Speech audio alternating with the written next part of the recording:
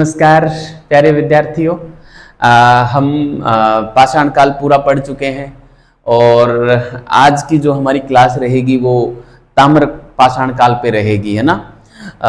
देखिए कुछ एक आधा फैक्ट है जो थोड़े मुझे लग रहे हैं कि पाषाण काल में भी लिखाने चाहिए, लेकिन उसके लिए क्या है ना कि अभी पूरी क्लास बनेगी नहीं, है ना। वो 5-7 मिनट का ही काम है, मतलब एक आधा इफेक्ट है जो मुझे लगा कि लिखाना चाहिए था।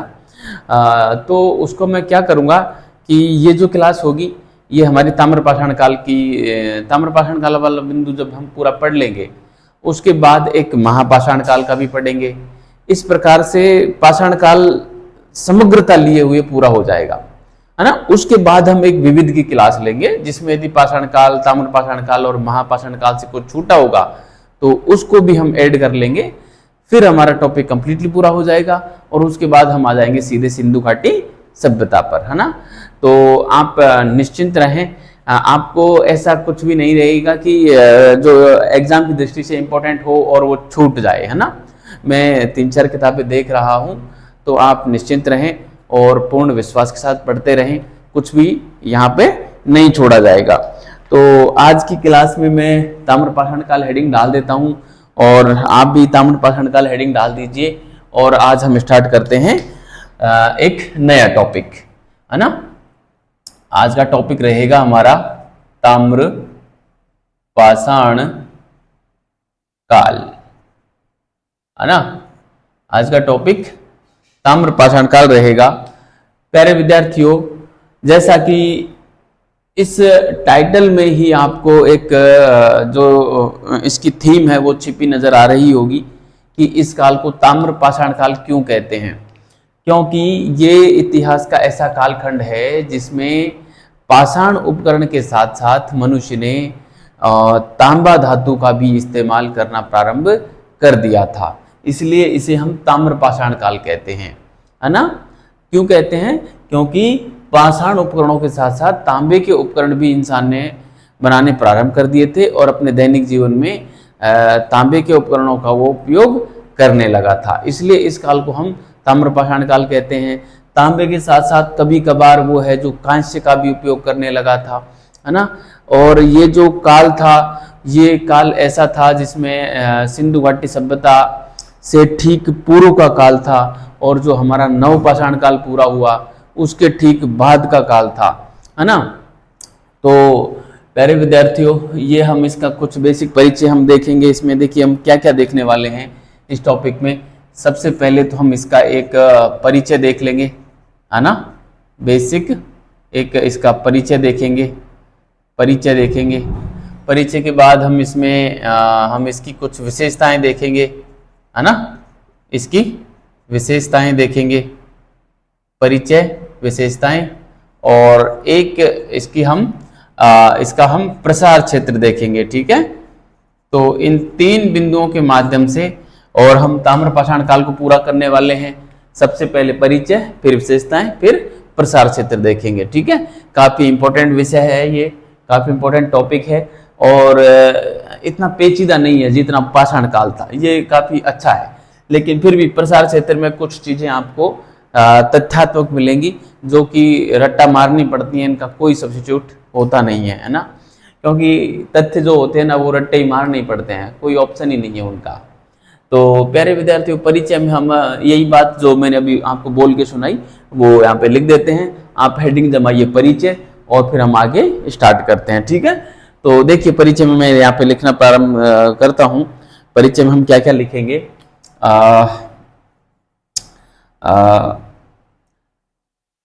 इतिहास का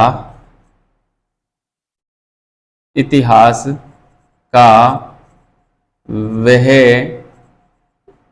कालखंड जब मानव ने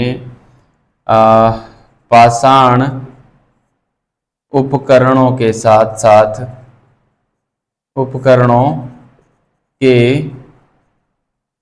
साथ तांबा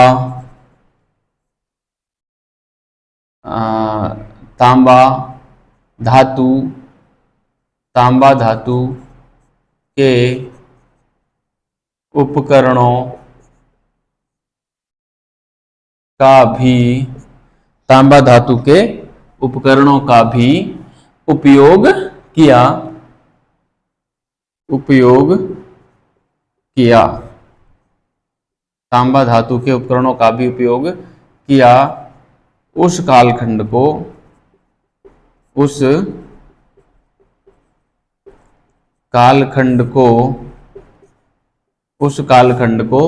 ताम्रपाषाण काल कहते हैं। उस कालखंड को ताम्रपाषाण काल कहते हैं। उस कालखंड को ताम्रपाषाण काल कहते हैं। ठीक है, यानी कि जब मानव ने पाषाण उपकरणों के साथ साथ तांबा धातु का भी उपयोग करना प्रारंभ कर दिया था, तो उस कालखंड को हम ताम्रपाषाण काल कहते हैं। ये जो ताम्रपाषाण काल है वो हमारा प्रारंभ होता है नवपाषाण काल के बाद और सिंधु घाटी सभ्यता के काल से ठीक पूर्व में प्रारंभ होता है। ठीक है, अब देखो इस काल में मानव ने तांबा धातु का उपयोग प्रारंभ कर दिया था, है ना। इस प्रकार हम यहाँ पे लिख सकते हैं एक फैक्ट, यहीं पे लिखता हूं, इस प्रकार मानव द्वारा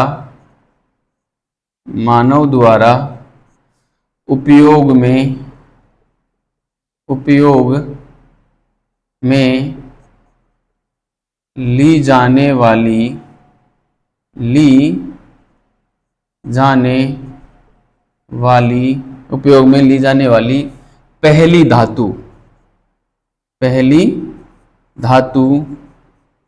मानव द्वारा उपयोग में ली जाने वाली पहली धातु तांबा थी, है ना। क्या थी?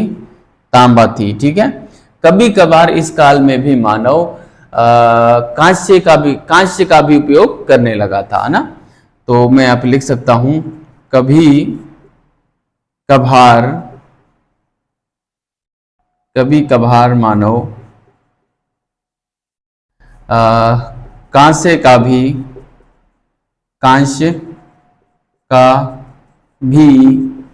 उपयोग करने लगा था।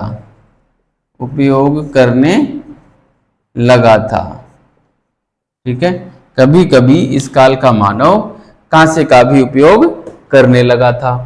ठीक है, इसके बाद ये फैक्ट हमारा पूरा होता है यहाँ पे। ठीक है, अब हम इसका थोड़ा कालखंड जाने कि आखिर ये कब शुरू हुआ था ना। तो कब शुरू हुआ था वो वाली बात मैं यहाँ पे लिखना चाहूँगा अगले फैक्ट के रूप में। वो शुरू हुआ था कि ताम्रपाषाण काल नवपाषाण काल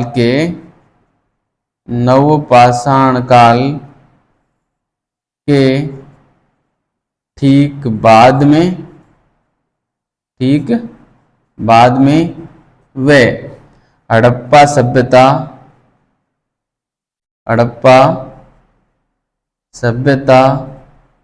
के ठीक पूर्व में,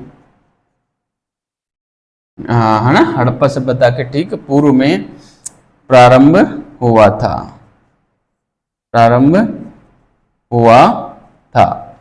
है ना। इस प्रकार हम इसका काल जाने तो करीब 4000 BC से 1500 BC का काल आता है ना। 4000 BC से 1500 BC का जो कालखंड है वो ताम्रपाषाण काल माना जाता है ना। नवपाषाण काल के ठीक बाद में वह हड़प्पा सभ्यता के ठीक पहले का काल माना जाता है। ठीक है, इस प्रकार से हम ताम्रपाषाण काल का काल हम जानते हैं। ठीक है, ताम्रपाषाण काल की जितनी भी संस्कृतियां हैं वो उस काल के बीच में आएंगी। ठीक है, आप इसको अच्छे से ध्यान रखें। ताम्रपाषाण काल की संस्कृतियों का क्रम पूछा जाता है, उसको मैं आगे करवाऊंगा, तब जाके और अच्छे से बताएंगे और अच्छे से हमें जो उसको तैयार करेंगे। ठीक है, एक ये बात हो गई। एक बात मैं और इसमें लिखना चाहूँगा कि ये जो ताम्रपाषाण कालीन जो सभ्यता थी वो सिंधु घाटी सभ्यता से पहले भी थी, सिंधु घाटी सभ्यता के समकालीन भी रही और सिंधु घाटी सभ्यता के बाद में भी ताम्रपाषाण काल का उपयोग या मैं कहूँ कि ताम्रपाषाणकालीन संस्कृतियां अस्तित्व में रही थी, है ना।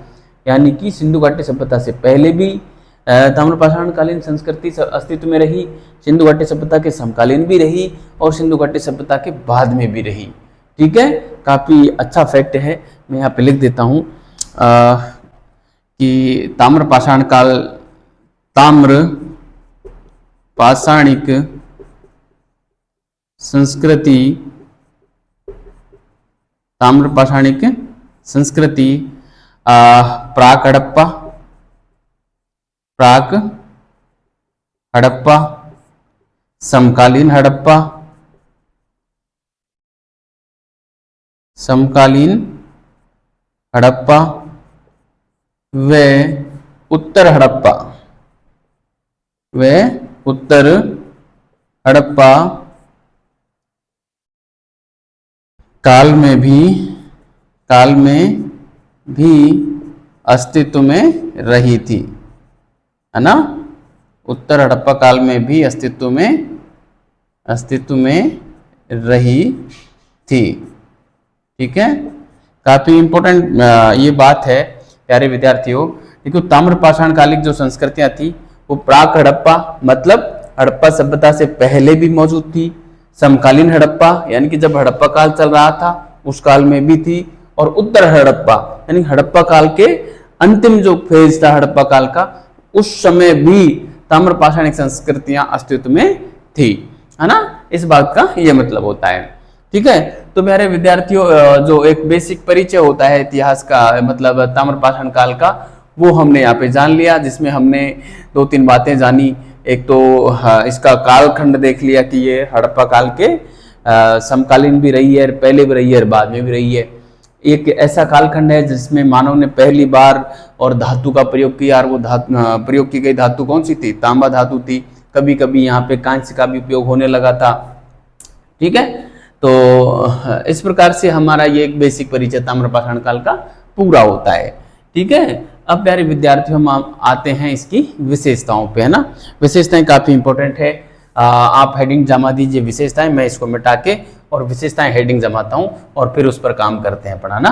तो आप सॉरी विशेषताएं जमाइए प्यारे विद्यार्थियों दूसरे पॉइंट के रूप में, और हम विशेषताएं क्या क्या हैं इसकी वो लिखते हैं यहाँ पे, है ना। विशेषताएं लिखते हैं। देखिए, मैं यहाँ पे हेडिंग जमा देता हूँ सेकंड नंबर पे। सेकंड नंबर पे विशेषताएं। ठीक है, क्या क्या विशेषताएं इसकी रही हैं। तो देखिए प्यारे विद्यार्थियों, विशेषताओं में हम लिखेंगे, सबसे पहले मैं लिखना चाहूँगा यहाँ पे हम लिख सकते हैं कि ताम्रपाषाण कालिक जितनी भी संस्कृतियाँ थी वो ग्रामीण संस्कृतियाँ थी।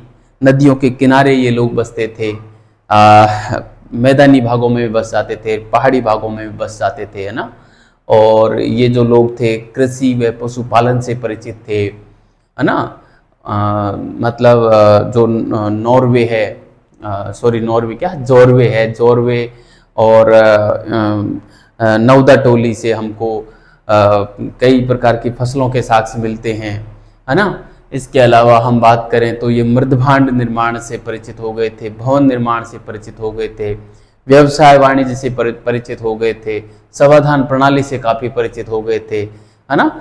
और भी इसकी काफ़ी सारी विशेषताएं हैं, तो उन सारी विशेषताओं को मैं यहाँ पे लिख देता हूँ और हम लिखते रहेंगे और मैं आपको समझाता रहूँगा, है ना। इस प्रकार से हम चलेंगे। ठीक है, तो अभी जितना मैंने बोला है उतना मैं लिख देता हूँ, फिर ऐसी कोई बात आएगी समझाने की तो वो मैं आपको समझाऊंगा। ठीक है, इस प्रकार से हम आगे बढ़ते हैं। तो देखिए, मैं यहाँ पे लिखूंगा पहले फैक्ट के रूप में कि ताम्रपाषाणिक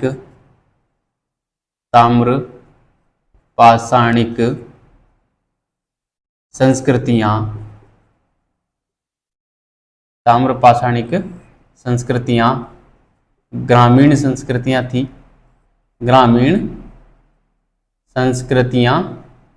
थी, ताम्रपाषाणिक संस्कृतियाँ ग्रामीण संस्कृतियां थी। ठीक है, क्या थी? ग्रामीण संस्कृतियां थी। हाँ, ये लोग ये नदियों के किनारे, नदियों के किनारे मैदानी या मैदानी व पहाड़ी इलाकों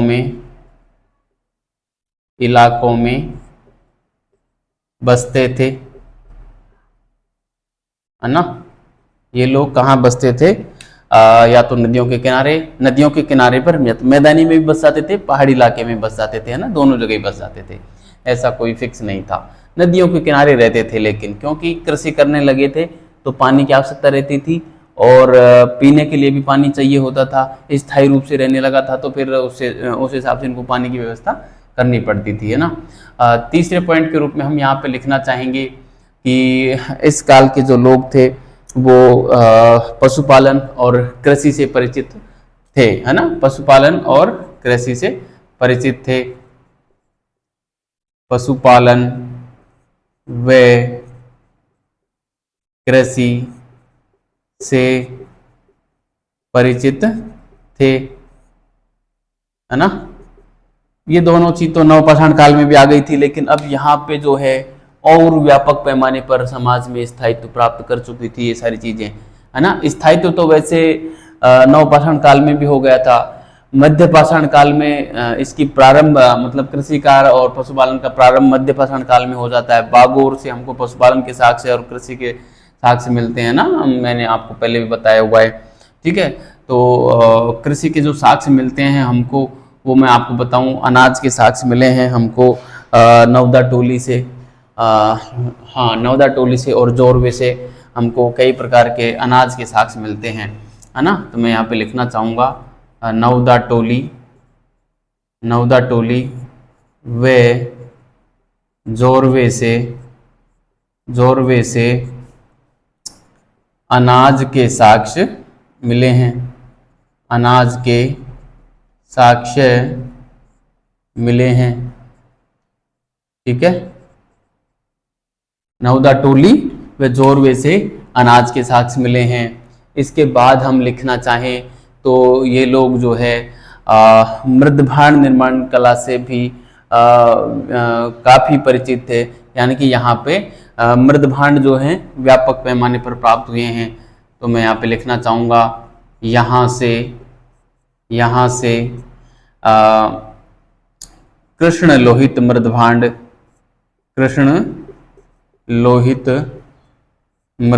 है ना। कृष्ण लोहित मृदभांडों को हम क्या बोलते हैं? ब्लैक एंड रेड वेयर, है ना। कृष्ण का मतलब काले, लोहित का मतलब लाल, है ना। काले लाल मृदभांड, अब मैं यहाँ पे लिख देता हूं काले लाल मृदभांड। ठीक है, काले लाल मृदभांड। ठीक है, यहाँ से मतलब यहाँ से कृष्ण लोहित मृदभांड सर्वाधिक मिले हैं, है ना। अधिकांश मृदभांड जो हैं वो कृष्ण लोहित मृदभांड है, सर्वाधिक मिले हैं।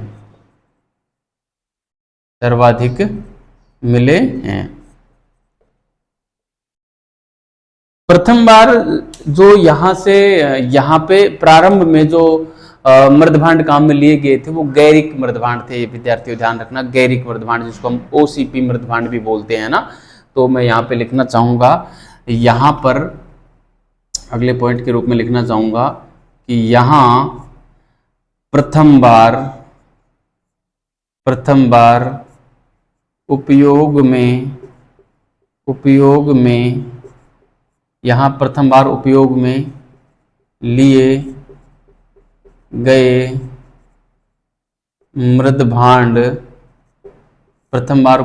गए मृदभांड, गैरिक मृदभांड थे, है ना।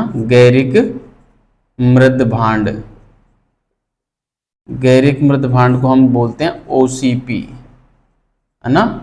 गैरिक मृदभांड थे। ठीक है, प्रथम बार जो उपयोग में लिए गए थे वो गैरिक मृदभांड थे, जबकि अधिकांश मृदभांड जो मिले हैं वो कृष्ण लोहित मृदभांड मिले हैं।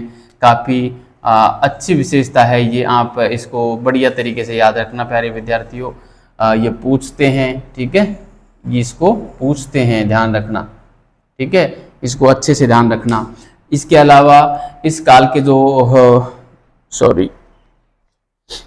इस काल के जो मृदभांड थे वो हाथ से न बनाकर चाक से बनाए जाने लगे, है ना, यानी कुंभकारी कला का विकास हो चुका था। और इस काल में मृदभांडों के ऊपर चित्रांकन भी प्रारंभ हो गया था, ध्यान रखना, चित्रांकन।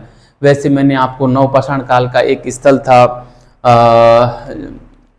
पिकली हल एक स्थल था, पिकली हल से मैंने आपको बताया है कि एक चित्रित मृदभांड मिला है, लेकिन एक आधा वो साक्ष्य थे जिनका मतलब समाज में नवपाषाण काल में व्यापक पैमाने पर और मृदभांडों पर चित्रांकन नहीं हुआ था।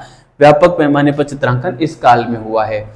हाँ, मैं एक चीज और बताऊं आपको, गुफक काल में मैंने आपको एक हेयर पिन लिखवाई थी।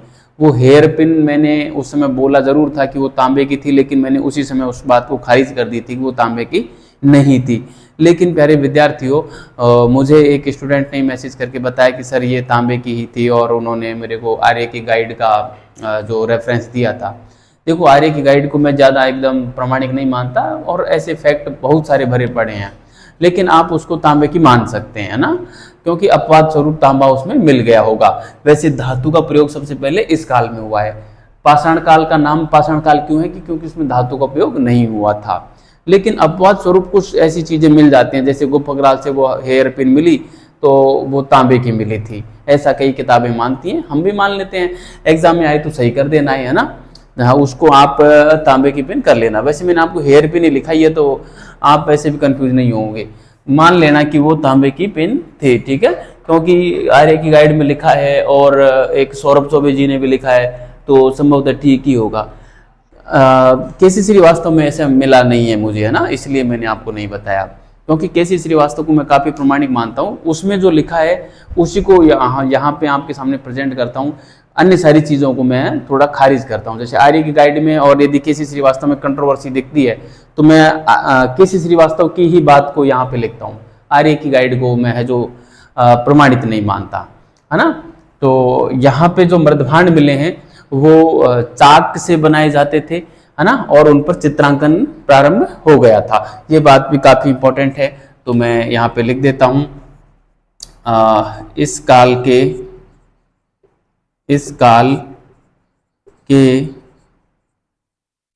मृदभांड चाक से बनाए जाने लगे,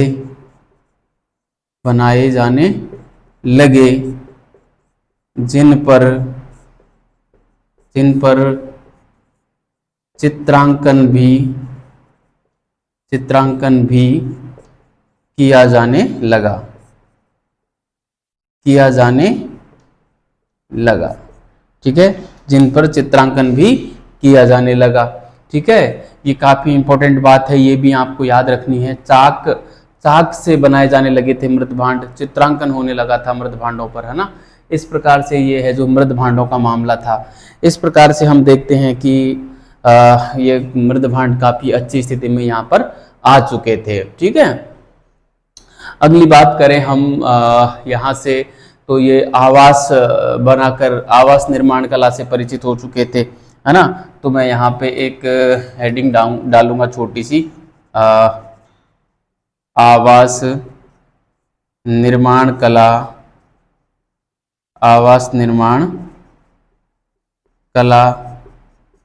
से परिचित थे, आवास निर्माण कला से परिचित थे। देखिए, आवास निर्माण कला से परिचित थे, ऐसा हम किस आधार पे कह रहे हैं? इस बात के पीछे आधार ये है कि जोरवे से हमें एक आवास मिला है ना। जोरवे से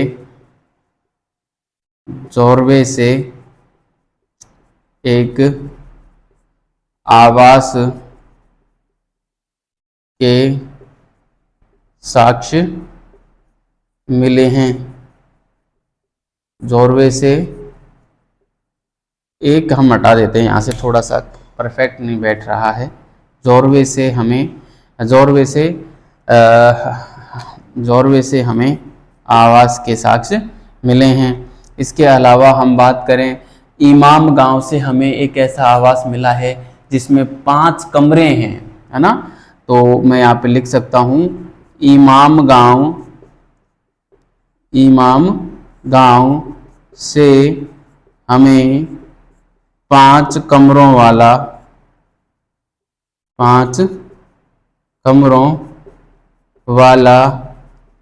आवास मिला, 5 कमरों वाला आवास मिला है। ठीक है, तो ये जो प्रमाण हैं ये बताते हैं कि वो आवास निर्माण कला से परिचित थे। वे दुर्ग निर्माण कला से भी परिचित थे, क्योंकि कायथा, एरण और इमाम गांव से हमको दुर्गों के साक्ष्य भी मिले हैं, है ना। तो मैं यहाँ पे लिख सकता हूँ, दुर्ग निर्माण कला से परिचित थे, दुर्ग निर्माण कला से परिचित थे। ऐसा हम किस बेस पे कह रहे हैं, क्योंकि कायथा, एरण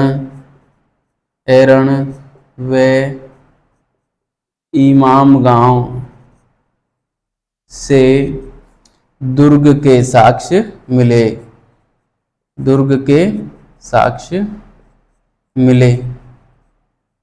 है ना।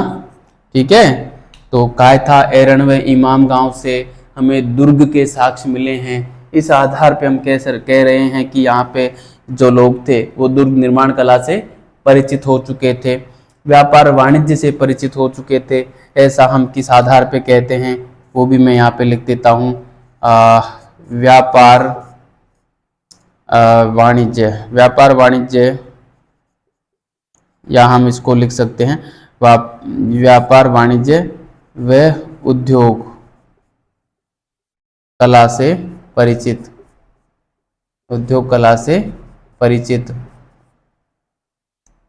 थे। ऐसा हम किस आधार पे लिख रहे हैं, ऐसा हम लिख रहे हैं प्यारे विद्यार्थियों, जो रेशम का जो है, रेशम के हमको साक्ष्य मिलते हैं नेवासा और इमाम गांव से, है ना। नेवासा और इमाम गांव से हमको रेशम के साक्ष्य मिलते हैं, और कायथा से कार्नेलियम का हार मिलता है। ये दोनों इस बात के प्रमाण हैं कि वो कहीं ना कहीं उद्योग या व्यापार वाणिज्य से परिचित थे। ठीक है, हम यहाँ पे लिख सकते हैं, क्या लिख सकते हैं कि रेशम के साक्ष्य कहाँ से मिले हैं, इमाम गांव व नेवासा, है ना, से मिले, इमाम गांव व नेवासा से मिले। इसके अलावा हमको कार्नेलियम का जो हार मिला है वो कायथा से मिला है। कहाँ से मिला है, कार्नेलियम का हार कहाँ से मिला है, कायथा से मिला। कार्नेलियम का हार कहाँ से मिला, कायथा से मिला। इस प्रकार से हम देखते हैं प्यारे विद्यार्थियों, वो लोग दुर्ग निर्माण कला से परिचित थे, व्यापार वाणिज्य से परिचित थे, आवास निर्माण कला से परिचित थे, है ना। तो ये काफ़ी महत्वपूर्ण बात हो गई। अब मैं यहाँ पे लिखना चाहूँगा, और यहाँ पे थोड़ा सा कट जाएगा, अपनी बात पूरी आएगी नहीं। मैं यहाँ पे समाधान प्रणाली के बारे में लिखना चाहूँगा, उनकी समाधान प्रणाली कैसी थी। ठीक है, चलो मैं इसको मिटाई देता हूँ, फिर अगली स्लाइड पे चलते हैं हम, है ना। अगली स्लाइड भी पूरी भर जाएगी, उतने में हमारी विशेषताएं पूरी हो जाएंगी। ठीक है, तो मैं विशेषताओं के लिए मैं इनको थोड़ा सा मिटा देता हूँ, आप इसको अच्छे से उतार लीजिए। ठीक है, और आशा करता हूँ प्यारे विद्यार्थियों कि आप इसको अच्छे से समझ रहे होंगे, है ना, आपको अच्छे से समझ आ रहा होगा। ठीक है, अब हम लिखते हैं इनकी समाधान प्रणाली के बारे में, है ना। अगला जो बिंदु होगा वो होगा हमारा समाधान प्रणाली। तो प्यारे विद्यार्थियों, समाधान प्रणाली में यहाँ पे जो है एक रूपता नहीं मिलती, विविधता मिलती है ना। जैसे हम बात करें पश्चिमी भारत में पूर्ण समाधान की प्रणाली प्रचलन में थी, पूर्वी भारत की बात करें तो आंशिक समाधान की प्रणाली प्रचलन में थी। यदि हम महाराष्ट्र क्षेत्र की बात करें तो वहाँ पर जो मुर्दा था उसका सिर उत्तर में रखकर और तब उसको दफनाया जाता था, जबकि सुदूर दक्षिण भारत की बात करें हम तो वहाँ पर जो मृतक का जो सिर है वो पूर्व की तरफ करके और दफनाया जाता था। इस प्रकार से हम देखते हैं कि काफ़ी विविधताएं इस काल में थी, है ना। तो हम इन बातों को यहाँ पे लिख देते हैं, काफ़ी इम्पोर्टेंट बात है, ठीक है। तो प्यारे विद्यार्थियों, हम लिखते हैं यहाँ पे कि समाधान प्रणाली में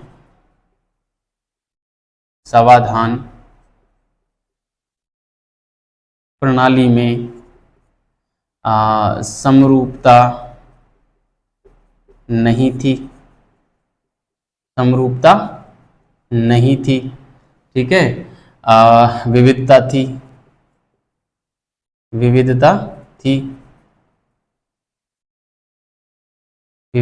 क्या क्या विविधता थी? देखिए विविधता क्या थी। जैसे हम बात करें पश्चिमी भारत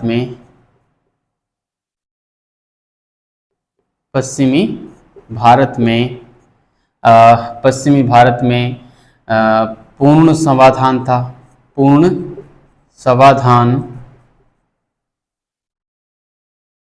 प्रणाली प्रचलित थी, पूर्ण समाधान प्रणाली प्रचलित थी, ठीक है। ऐसे ही यदि पूर्वी भारत की बात करें हम,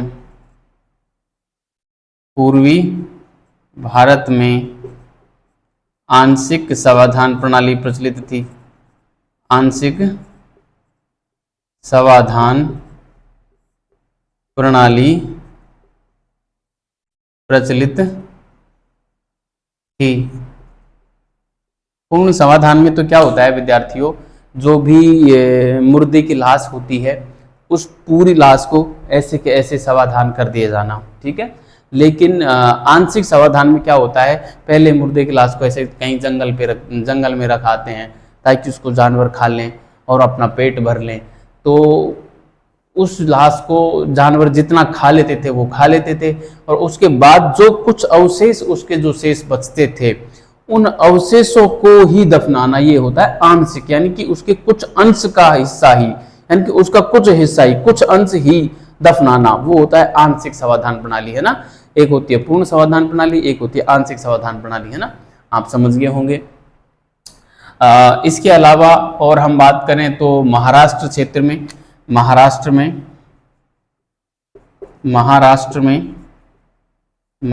में सिर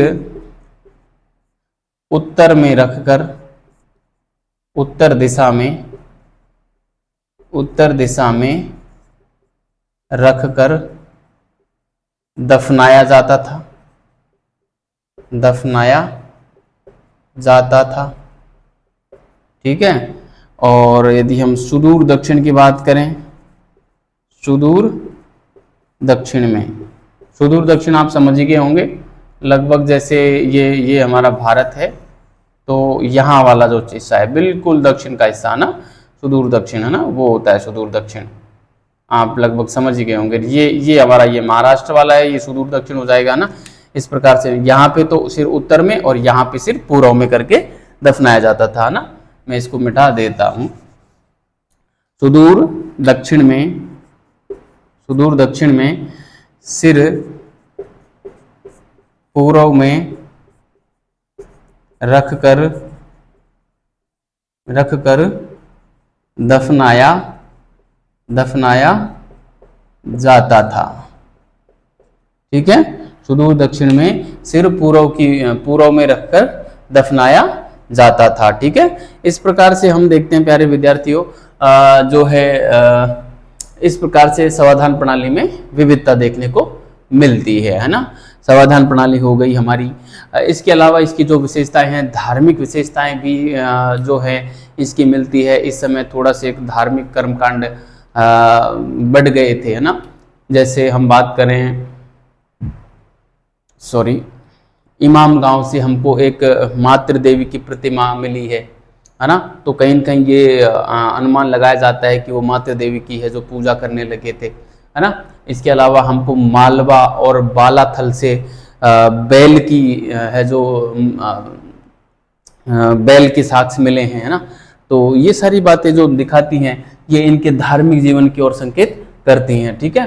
तो मैं यहाँ पे लिखना चाहूँगा अगले पॉइंट के रूप में धार्मिक प्रवृत्तियाँ, धार्मिक जीवन में विश्वास, धार्मिक जीवन में विश्वास रखने लगे थे, ठीक है। धार्मिक जीवन में विश्वास रखने लगे थे, धार्मिक जीवन में विश्वास रखने लगे थे। ऐसा हम किस आधार पे कह सकते हैं? ऐसा हम इस आधार पे कह सकते हैं कि इमाम गांव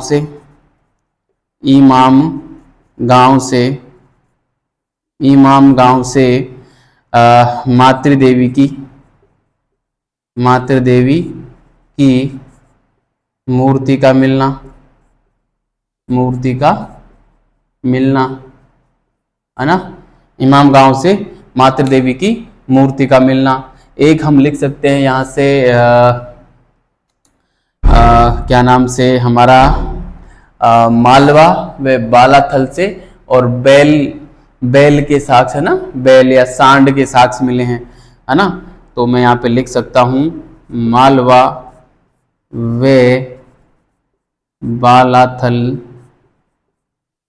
से बैल के साक्ष्य मिलना, है ना। ये इनके प्रति इनका थोड़ा धार्मिक जीवन की ओर रुझान मिलता है ना। तो इस प्रकार से धार्मिक जीवन की बात हो गई, ठीक है। इस काल में हमको कुछ ताम्र के भंडार भी मिलते हैं, है ना, तांबे के भंडार भी मिलते हैं। तो मैं ताम्र भंडारों को यहाँ पे लिखना चाहूँगा, ठीक है। ताम्र भंडार भी हमको इस काल के मिलते हैं। ताम्र, क्योंकि ताम्र पाषाण काल पढ़ रहे हैं तो ताम्र के भंडार तो मिले ही होंगे। ताम्र भंडार मिले हैं, ताम्र भंडार मिले हैं। अब देखिए ताम्र भंडार हमको कहाँ कहाँ से मिलते हैं प्यारे विद्यार्थियों। उत्तर प्रदेश का जो कानपुर है, वहाँ कानपुर के पास में बिठूर नामक एक जगह है, वहाँ से 1822 ईस्वी में और कुछ ताम्र भंडार खोजे गए थे, है ना। तो मैं यहाँ पे लिखूँ कानपुर के समीप,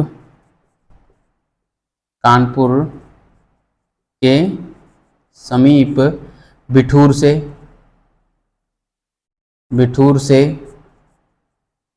1822 ईस्वी में ताम्र भंडार तो क्या था, यहाँ से तांबे के कुछ साक्ष्य मिले थे बस, है ना। ताम्र के साक्ष्य मिले, ताम्र के साक्ष्य मिले। इसके अलावा जो सबसे बड़ा तांबे का भंडार जो यहाँ से मिला वो गुगेरिया एमपी से मिला था, जहां से 424 तांबे के उपकरण मिले हैं ना। 424 तांबे के उपकरण मिलना काफी बड़ी बात है ना। तो मैं यहाँ पे लिखना चाहूंगा गुगेरिया, इसको अच्छे से याद रखना। गुगेरिया जो कि कहाँ पड़ता है, एमपी में पड़ता है। गुगेरिया एमपी से सर्वाधिक ताम्र उपकरण, सर्वाधिक ताम्र उपकरण कितने, 424 सर्वाधिक ताम्र उपकरण मिले हैं, ठीक है। सर्वाधिक ताम्र उपकरण मिले हैं। देखो 424 ताम्र उपकरण मिलना अपने आप में एक बड़ी बात होती है ना। और इसके अलावा हमको मानव की जो है तांबे की कुछ मूर्तियां भी मिली हैं, है ना। मानव की ताम्र मूर्तियां भी मिली हैं। और अमरपुरा जो है, मगरपुर है एक उत्तर प्रदेश का स्थल मगरपुर, वहां से 31 ताम्र मानव मूर्तियां मिली हैं, है ना। 31 ताम्र मानव मूर्तियां मिली हैं। तो मैं यहाँ पे लिखना चाहूंगा मगरपुर मगरपुर यूपी, ये यूपी में है, मगरपुर यूपी से 31 ताम्र मानव मूर्तियां मिली हैं, ताम्र मानव मूर्तियां मिली हैं। ठीक है, तो इस प्रकार से प्यारे विद्यार्थियों ये ताम्र भंडारों की बात हमने कर ली। तो मुझे लगता है इसकी लगभग जितनी विशेषताएं थी उन विशेषताओं का हमने समग्र अध्ययन कर लिया यहाँ पे, और जो कुछ विशेषताएं रह जाएंगी वो हम इसके प्रसार क्षेत्र में जब स्थल पढ़ेंगे तो उन स्थलों की विशेषताओं के साथ साथ ताम्रपाषाण काल की भी कंप्लीट विशेषताएं हमारे हैं जो नोट्स में, हमारे कंटेंट में शामिल हो जाएंगी। ठीक है, तो प्यारे विद्यार्थियों आज की क्लास को हम यहीं समाप्त करते हैं। हमने परिचय देखा और विशेषताएं देखी, अब हम अगला इसका प्रसार क्षेत्र देखेंगे। ठीक है, तो प्यारे विद्यार्थियों आप इसको अच्छे से तैयार करते रहिए, अच्छे से पढ़ते रहिए, कल के लिए क्लास कभी भी मत छोड़ना। रोज की क्लास को आप रोज नोट डाउन करके रोज उसको पढ़ लिया करो, तैयार कर लिया करो अच्छे से। ठीक है, और हो सके तो पिछली साल के जो पेपर आते हैं वो पेपर लाके और जैसे जो टॉपिक हमने पढ़ा है उसी टॉपिक के उन पेपरों का आप अध्ययन, आप है जो उसकी प्रैक्टिस कर लिया करो। ठीक है, संभव रहा तो मैं भी आपको एक टेस्ट सीरीज आने वाले समय में उपलब्ध करवा दूंगा यदि आप लोगों की इच्छा रहेगी तो।